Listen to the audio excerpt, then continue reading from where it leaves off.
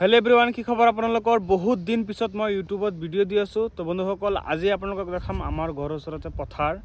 তো আজি দেখাম ইয়াতে বৰ্তমান যিহেতু মানুহে কঠীয়া লগাই আছে, যিহেতু ধাননিৰ সময়, আৰু চাৰিওফালে একদম সেউজীয়া পৰিৱেশ আৰু একদম ধুনীয়া পৰিৱেশ আপোনালোকক দেখাবলৈ পাৰিছে। চাওক, এয়া চাওক, খেতি লগাই আছে, কি ধুনীয়া দেখা যায়। এয়া মানুহে লগাই আছে খেতি, গোটেই দিন লগাইছে। তো এইটো সাইডত লগাই কমপ্লিট, আৰু এইফালে ৰাজীৱ আছে। ৰাজীৱ, কি খবৰ? ভাল। এই ৰিহান আৰু যেহেতু বৰ্তমান পবিত্ৰ ৰমজান মাহৰ আজি 10টা ৰোজা শেষে, আৰু অহাকালি 11টা পৰি যাব। তো চাওঁতে 10টা গুচি গ'ল। তো বন্ধুসকল, ভিডিঅ'টো আপোনালোকে চাব ইউটিউবত। যদি আপোনালোকে মোৰ এই ইউটিউব চেনেলটো ছাবস্ক্ৰাইব কৰা নাই, ছাবস্ক্ৰাইব এটা কৰি দিওঁ। আপোনালোকৰ কাৰণে বহুত কষ্ট কৰি ভিডিঅ' বনাওঁ, বহুত দিন ফেচবুকত কাম কৰিছোঁ।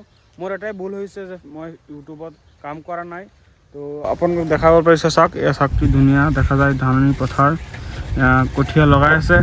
এইফালে নানা আহিছে, তো নানাৰ লগত আজি কথা পাতিম। নানা, খবৰ কেনেকুৱা আপোনাৰ?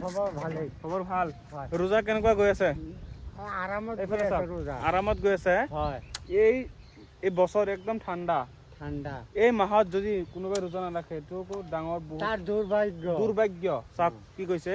তো এইটো মাহত কি ধুনীয়া ঠাণ্ডা বতৰ, বহুত মানুহে চাওঁ যে ৰোজা নাৰাখে, হোটেলত গৈ বিন্দাছ খাই আছে। তো ৰোজা যে কিহৰ কাৰণে দিছে আল্লাহ, হয়, এই কথাটোকে বুজি পোৱা নাই। এইটো আমাৰ কাৰণে সোণালী সুযোগ। বছৰত এবাৰ আমাৰ গুনাহ মাফ কৰাৰ এখন জৰিয়া। এইফালে চাওক, কি ধুনীয়াকৈ লগাই দিছে কঠীয়া। প্ৰায় 4-5 মাহ মান লাগিব, একদম গৰমত কাটিব, আপোনালোকক দেখাম। আৰু ইয়াতে লগাইছিলে নহৰু, চাওক এতিয়া উঠাই দিছে। তো কি ধুনীয়া একদম পৰিৱেশটো চাওক। আৰু এয়া চাওক, বতাহ, একদম ঠাণ্ডা দিন, ৰোজাৰ মাহ যিহেতু 10 ৰমজান আজি। তো মোৰ গাড়ীটো লৈ আহিছোঁ, মোৰ এইটো বসন্তী। তো এইটো প্ৰায় 15-20 বছৰ বয়স হ'ব। মোৰ বৰদেউতা চলাইছে, মোৰ আব্বা, এতিয়া মই চলাই আছোঁ। তো চলাই থাকিম, কিমান দিন চলাওঁ।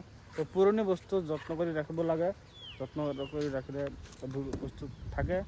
আৰু বহুত দিন হ'ল বাইকখনৰ, আৰু বহুত ভাল, মোক বহুত সহায় কৰিছে বিভিন্ন ঠাইত।